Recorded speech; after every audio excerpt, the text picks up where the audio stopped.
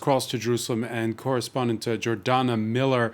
Jordana, night is falling where you are. What's the latest?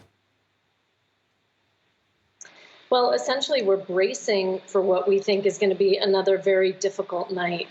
As you heard there from the Israeli Prime Minister, he has no intention of kind of pulling back or trying to de-escalate the situation. Perhaps the killing of 2 Israelis only pushed him further.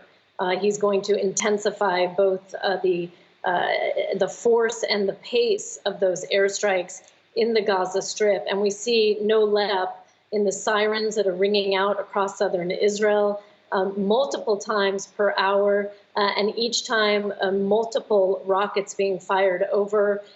Today, in an unprecedented statistic, Hamas boasted that they fired over 150 rockets in just a span of a few minutes, what was, it appears, confirmed by Israel. Those deaths in Ashkelon, we're now learning that the Iron Dome, which has performed so well during so many conflicts, malfunctioned over the city of Ashkelon, which may contribute to why those rockets actually hit residential areas and killed 2 Israelis. Hamas also threatening to extend the range of their rocket fire into Israel. Tel Aviv has opened their bomb shelters today. Only classes were open where the kids were close to bomb shelters.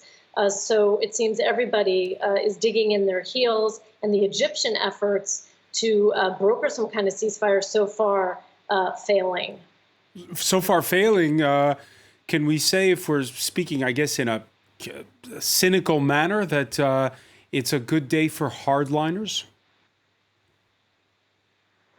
It's a good day for Hamas. And I'll tell you why. It's not necessarily a good day for the Israeli Prime Minister. I mean, he's in kind of a limbo place right now. And no matter what happens in Gaza, there's no chance he's going to stay in power. His rivals are putting together a government. But Hamas was the one that was so upset and irate that the Palestinian president had canceled the elections, right? Hamas is the group that stood to gain the most.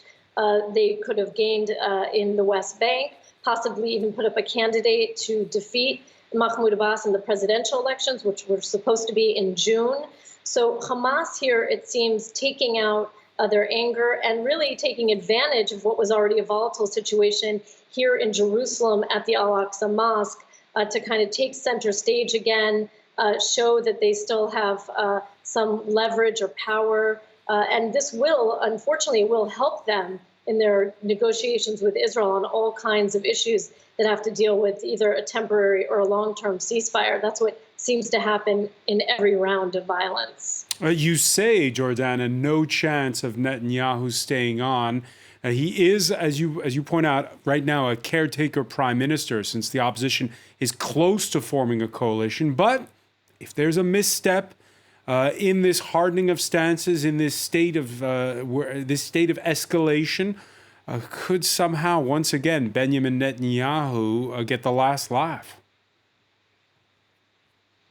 Well, many people joke that Netanyahu, a cat has 9 lives and he has 90. So, we should never count him out.